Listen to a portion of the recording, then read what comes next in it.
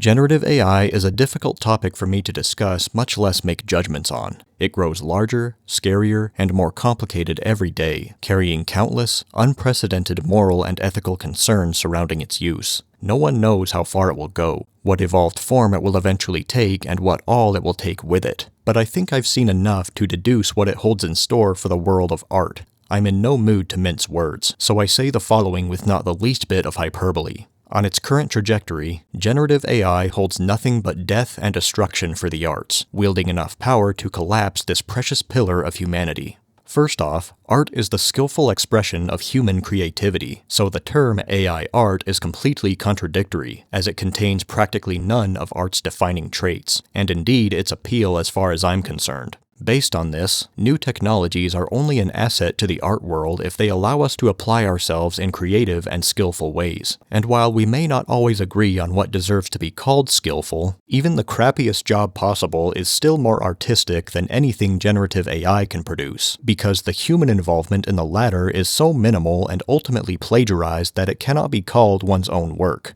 One defense given in favor of generative AI is that it's just another tool to help ease and bolster productions, not unlike digital effects used in music or movie making. While advanced technologies do tend to replace older or harder ways of doing things, unfortunately depreciating the incredible expertise for those old school methods, they can also open up new doors for skill and creativity to thrive. However, as stated earlier, generative AI almost entirely removes these things from the equation by leeching off the work of others. Any benefits it could enable for society and entertainment ought to be weighed against the cost. Do we really value people so little that we're willing to rip them off with quite literally cheap and soulless replacement programs? Perhaps the more disturbing defense I hear for generative AI is that it simply produces better results than real people in a fraction of the time for far, far less effort, or at least that it eventually will. This argument makes sense from a short-sighted business perspective, but from an artistic position it holds no water, because art is so much more than just the end result. It is the process, the sacrifice, trials, tribulations, inspirations, revelations, and impulses that impact the making of the work. It is not merely a means to an end, or a product made to satiate basic biological appetites. It delivers irreplaceable spiritual edification, enriching our cultures, social and individual values, and indeed the human experience itself. Artists create and give out of passion. AI plagiarizes and often steals to fulfill an economic desire, a lazy,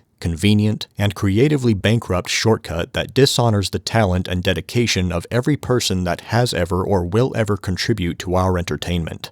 Generative AI is a tool in the same way performance-enhancing drugs are, except probably more egregious. Steroids and other similar substances are stigmatized in sports because they undervalue the accomplishments of players while disrespecting integrity and sportsmanship, putting into question why sports are entertaining to begin with. Do we watch them simply because we like seeing home runs, hole-in-ones, touchdowns, and three-pointers? Maybe, maybe not. But the only reason these things are impressive to us is because we understand how difficult they are for a person to do. Like a souped-up version of PEDs, AI cheats by promising to deliver spectacular results with little to none of the practice and hard work that normally makes that stuff possible. If anybody and everybody can do something well, it's no longer special. Likewise, when everyone is an amazing artist, no one is. Artists may be magicians in some ways, but there's nothing fake about the craftsmanship behind the curtain. In the not-too-distant future, I see a world where having human hands involved in our everyday entertainment is a rarity. What's more worrying is the attitude of those who embrace the purging of true artistry without a second thought, scorning the innumerable creative works of real people throughout history that have inspired our passions, elevated our tastes, touched our souls, and beautified our lives. Other, more hopeful attitudes will downplay generative AI's competitiveness by pointing out the uncanny weirdness it occasionally outputs, as if that's all it'll ever be capable of. But to me, the quality was never the concerning thing about it. In order to take this seriously as a threat, we need to think beyond generative AI's momentary shortcomings and confront the beastly potential it has to surpass the handiwork of even the most masterly creators. Because if and when that time comes, we'll have to choose what we actually value: quality and convenience, or genuine human touch, with all of its glorious imperfection.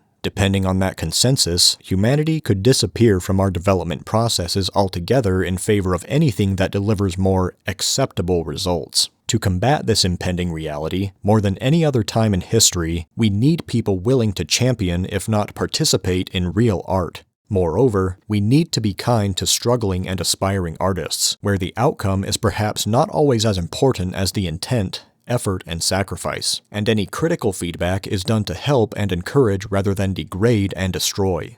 Generative AI is a crime against creativity, a crime against art, and a crime against our shared humanity. I believe these three things so firmly that I am prepared to make a promise that from this moment onward, I will never use this sort of technology to make anything you see, hear, or read from me on this channel, and if I am one day forced to in order to stay in the game, I will gladly quit playing.